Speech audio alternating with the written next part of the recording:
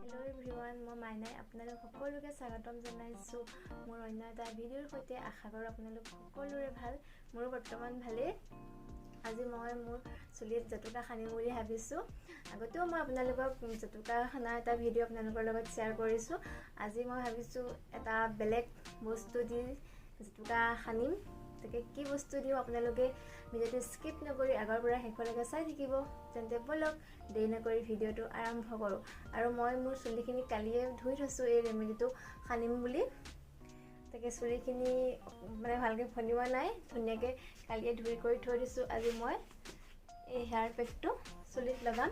তেন্তে বলক ভিডিঅ'টো আৰম্ভ কৰোঁ। এয়া চব মই আপোনালোকক কৈছিলোঁ নহয়, আজি মই মোৰ চুলিত কি বস্তু দি সানিম। এয়া মই ধুনীয়াকৈ একদম কুমলীয়া পাত একদম ছিঙি ধুনীয়াকৈ ধুই ল'লোঁ। এয়া একদম বাগানৰ ফ্ৰেছ কুমলীয়া চাহপাত, এয়া জবা ফুল আৰু এইডোখৰ এল'ভেৰা। চাহপাতে আমাৰ চুলিটো শুকান চুলিখিনি মিহি কৰে। জেতুকাত বহুত ভাল ভিটামিন থাকে। জেতুকাই আমাৰ চুলিখিনি এটা ধুনীয়া কালাৰ কৰে অকণমান, লগতে শুকান চুলিটো মিহি কৰে আৰু চুলি সৰা ফটা সকলো সমস্যা দূৰ কৰে। জবা ফুলৰ ওপৰত আপোনালোকে জানে, জবা ফুলে আমাৰ চুলি একদম ধুনীয়াকৈ মিহি আৰু দীঘল কৰে। মানে ৰাফ চুলিটো একদম ধুনীয়াকৈ চিল্কি স্মুথ হৈ যায়। এল'ভেৰাৰ গুণ আপোনালোকে জানে, এল'ভেৰা আমাৰ ছালৰ কাৰণে কিমান ভাল। এল'ভেৰা চুলিখিনি মিহি কৰে আৰু কিবা বীজাণু থাকিলে সেই বীজাণু নাশ কৰে। এতিয়া মই এই গোটেই বস্তুখিনি ভালদৰে এটা মিক্সিত পিচি ল'ম। একেলগে পিচিম, চাহপাতকেইটাও দিম, তাৰপৰা জেতুকা পাত আৰু এইফালে জবা ফুল আৰু এই এল'ভেৰাকণ ভালদৰে গুচাই মই একেলগে মিক্সিত পিচি লওঁ। এই পেকটো মই ধুনীয়াকৈ ভালদৰে মিক্সিত পিচি ল'লোঁ। দেখিছেনে কিমান ধুনীয়া হৈ গৈছে, কালাৰটো সলনি হৈ গ'ল, ৰঙা হৈ গৈছে, কাৰণ ইয়াত জেতুকা আছে, এল'ভেৰা আৰু চাহপাত আৰু জবা ফুল। এতিয়া মই গুণাগুণৰ ওপৰত কৈছোঁ, এই পেকটো সানিলে কি হ'ব আমাৰ চুলি।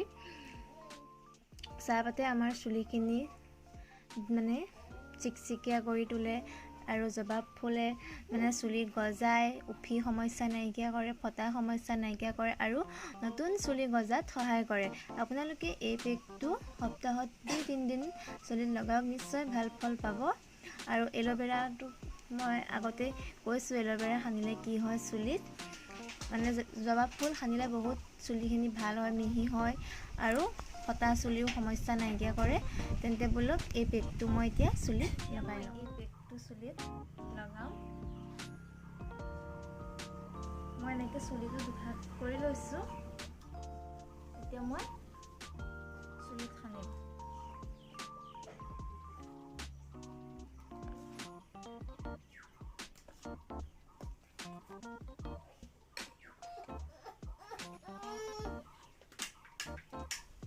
এনেদৰে সানিছোঁ। বা বহুত ঠাণ্ডা ঠাণ্ডা লাগি গৈছে পেকটো লগালত।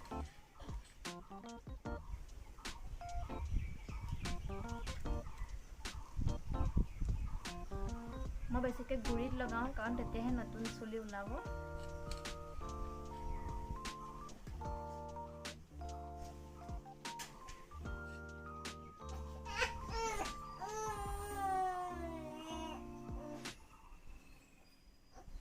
মই ভালদৰে চুলিত সানি লওঁ।